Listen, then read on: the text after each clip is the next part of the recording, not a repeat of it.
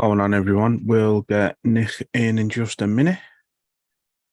Just taking a picture, throw on Instagram. I can send them the details over. Um,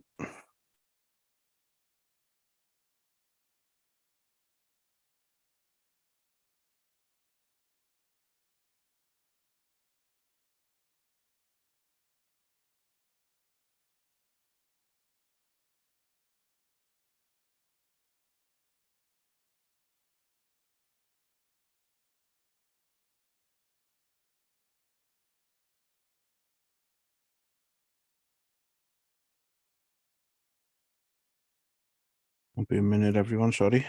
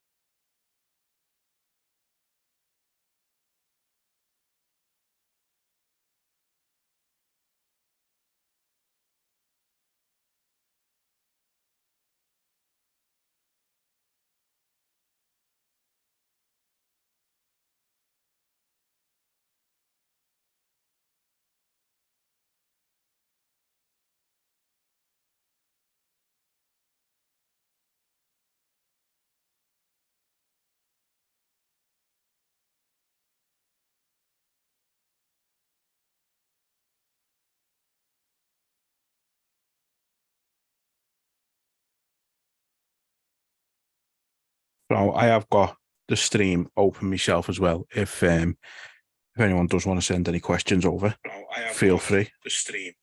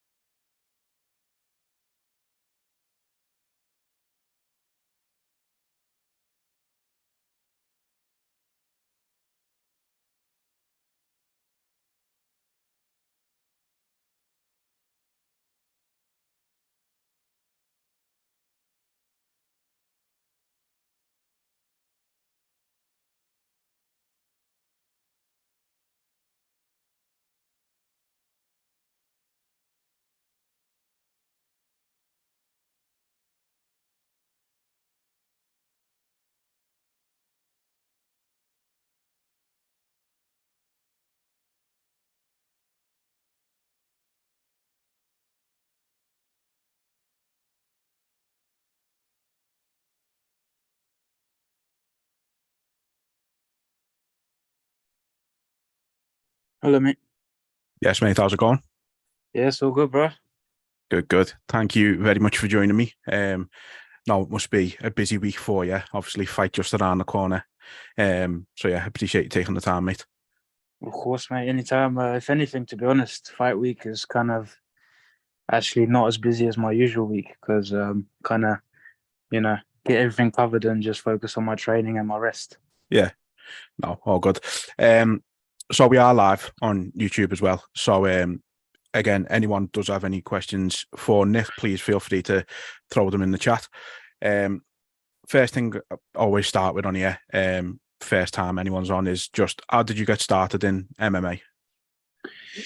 So originally, I'm actually from Ukraine, right? So I was born in Ukraine, 1997. I lived there 14 years of my life, and then I moved to England in 2011. And then, so before I moved, I was an active kid, doing a lot of sports, going swimming, playing football, doing a few self-defense classes in school. Um, and yeah, when I moved, I needed something to keep myself busy. And my parents kind of asked me, like, what do you want to do? And I said, something to do with martial arts, fighting and stuff like that. So they got me into a local club straight away to keep me busy. And ever since I walked through the door, first thing they asked, what sort of thing are you looking for? And I just said, do you do competitions? I don't know. I just wanted to fight. And from there on, yeah, that just kept me busy. And here I am. Did you kind of fall in love with it straight away? Always kind of had that interest. Like, I was at first actually when I was a teenager, I actually wanted to be an actor, and the actor I really looked up to was Scott Atkins. He played in a movie I was really a fan of called Undisputed.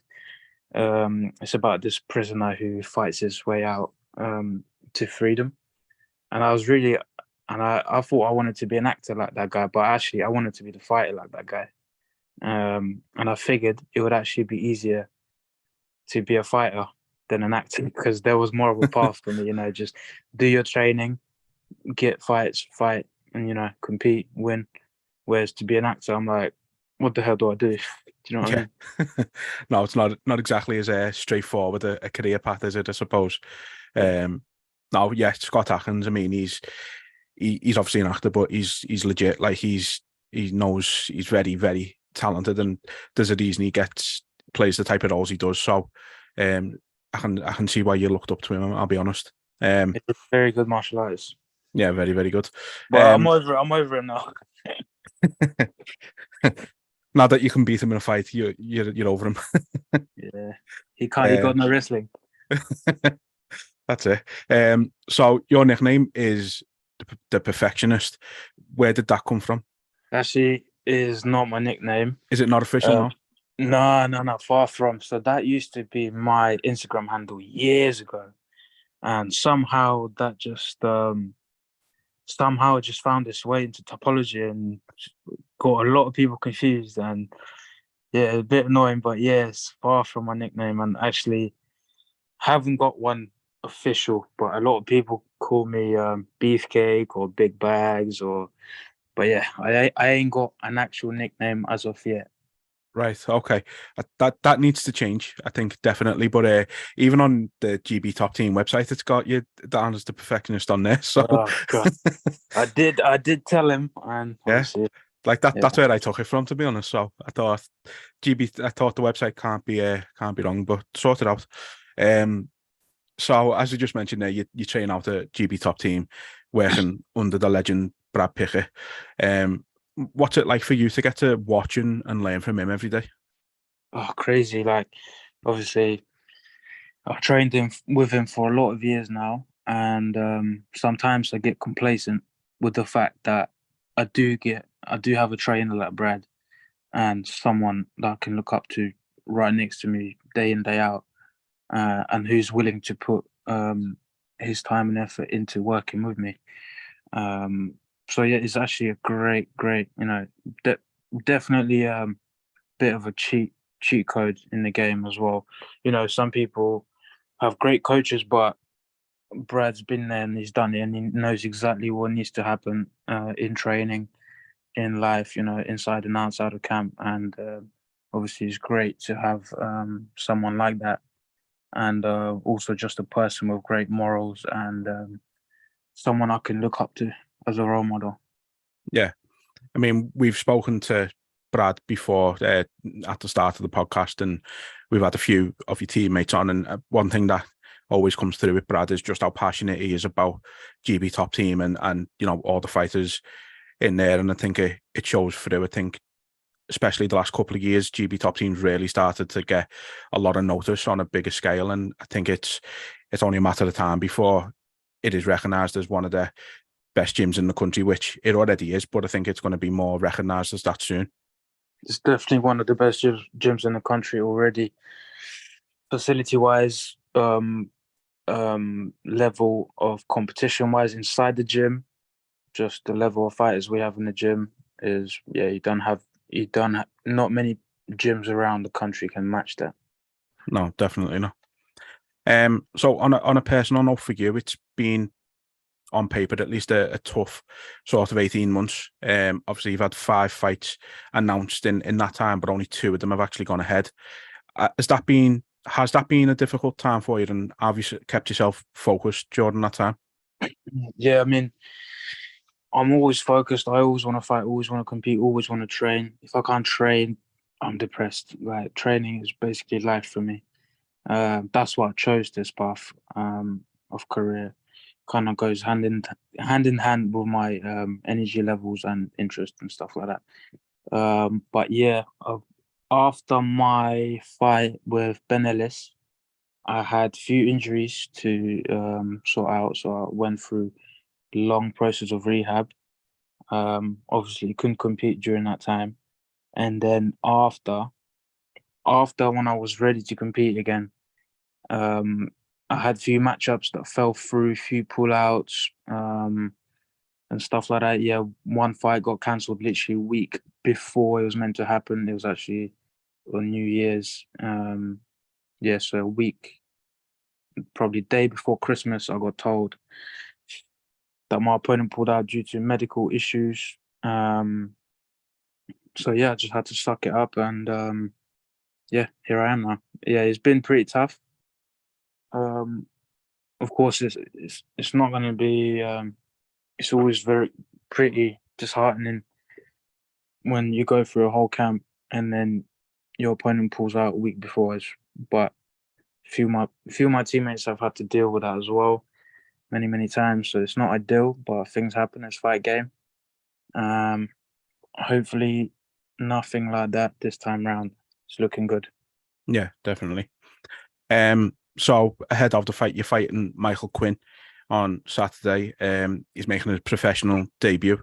He hasn't fought for nearly 3 years. Have you been able to see much of him in the lead up to the fight? Have you been able to get a good sort of idea about him?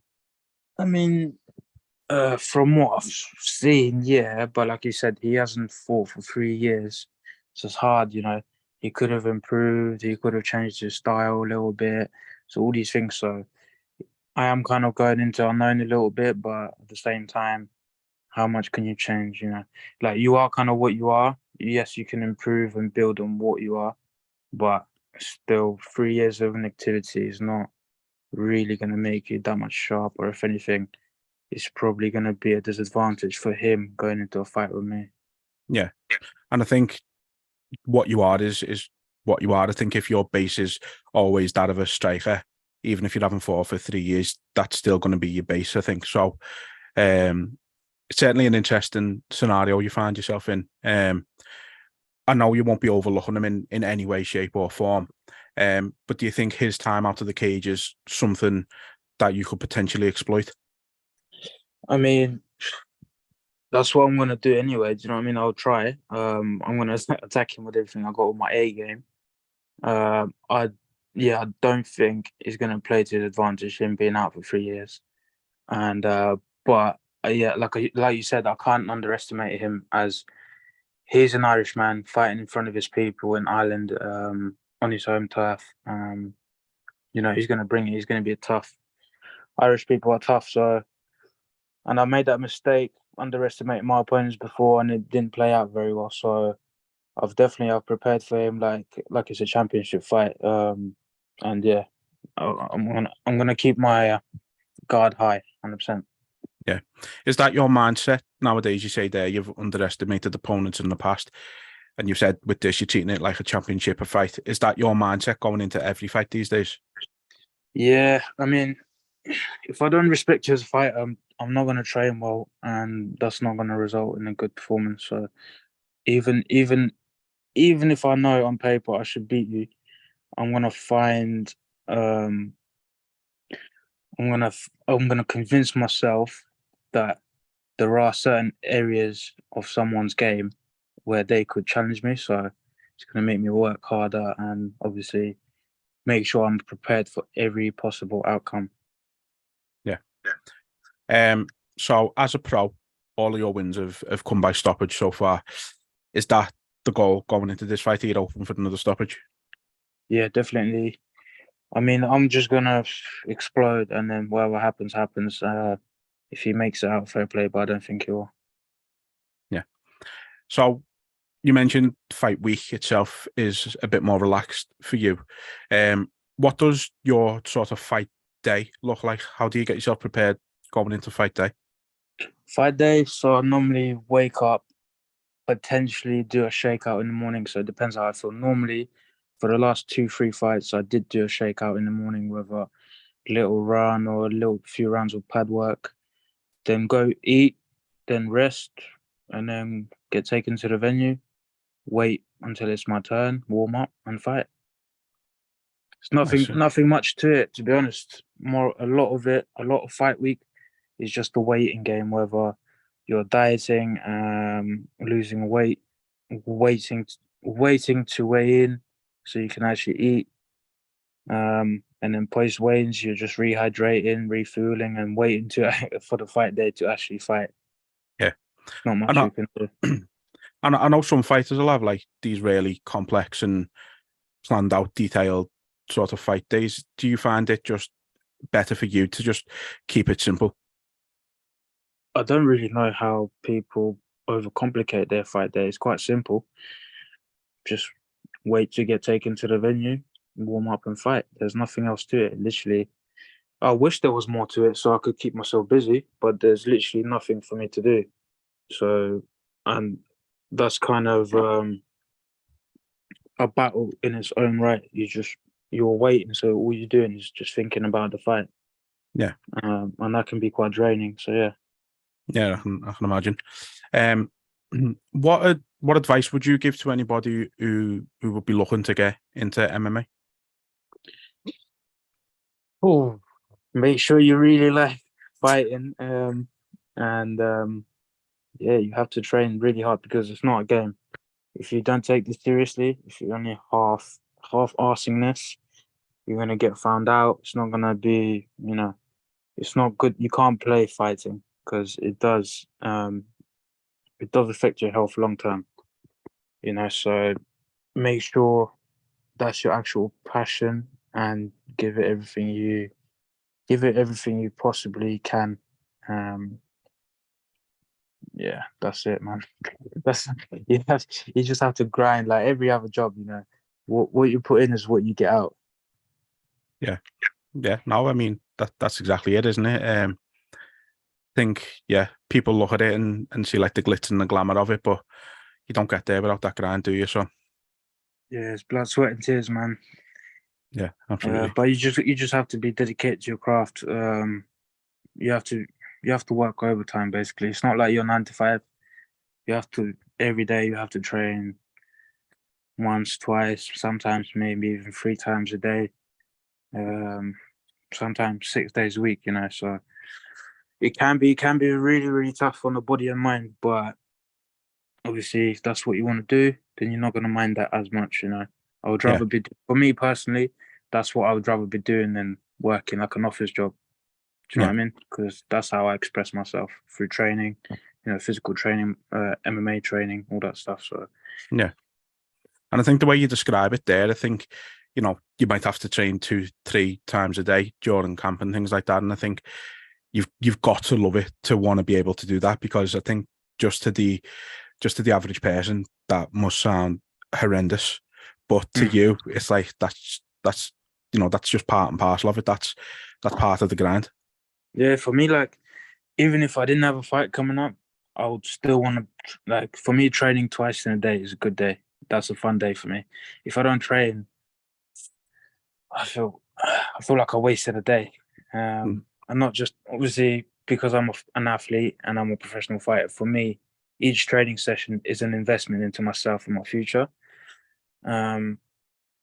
So, but it's not just investing into myself. It's just how I am. I need to move. I need to train. I need to go for a run. I need to go lift some weights. I need to go take someone down. I need to go punch someone in the face. Do you know what I mean? And when I connect with a good shot or hit someone with a good takedown, I feel like I've done something right. It's like a reassurance that I'm doing the right thing to succeed in the sport of MMA. Yeah, no, it's a good way to put it. To finish up then, mate, Saturday night, obviously, the lights shine down on you. You're in enemy territory in a way, going over to Ireland. But what can fans expect from yourself when the cage door closes and the fight gets underway? You say enemy territory, but that's not really how I see it. I personally actually like Ireland, and yes, I'm going to fight an Irish guy, but I have nothing but love for all the Irish people who are going to be there in attendance, and I'm going to look forward to putting on a good show in front of them. What you can expect from me is just an aggressive performance. I'm gonna look to just cause damage and just win in a very fashionable way. Love it. Can't wait, mate. Well, look, thank you very much for taking the time to join me, as I say. And I can't wait to see it in action on Saturday. Sure to be an absolutely fantastic occasion. Cage Warriors always puts on great shows, and this is going to be no different. Can't wait to see it in action, mate. 100%. It's going to be big. Last time they had a Dublin show, I was watching it on UFC Fight Pass, and the atmosphere was super electric, and I could just only imagine myself there. And this time round, I'm going to be on the card, so it's just amazing, and can't wait. Honestly, I've been buzzing the whole week, just jittery, and my body and mind are just ready to get out there and do what I do. Yeah, no, as I say, best of luck, mate. Can't wait to see it in action, and we'll get it on again at some point in the future as well. Appreciate it, mate. Thanks for having me on. Yeah, anytime, mate. Best of luck. All right, take care, bud. Take it easy. Right, everybody, there you go. Nik Bagley fights Michael Quinn on Saturday in Dublin. I called it enemy territory. Nik didn't see it that way, which is nice. But yeah, it should be a brilliant event. As I say, Cage Warriors smash it out the park pretty much every single time. So yeah, should be a good one. Make sure you tune in. Thank you to everybody who did watch along, and I'll be posting the link to this on Instagram very, very soon. So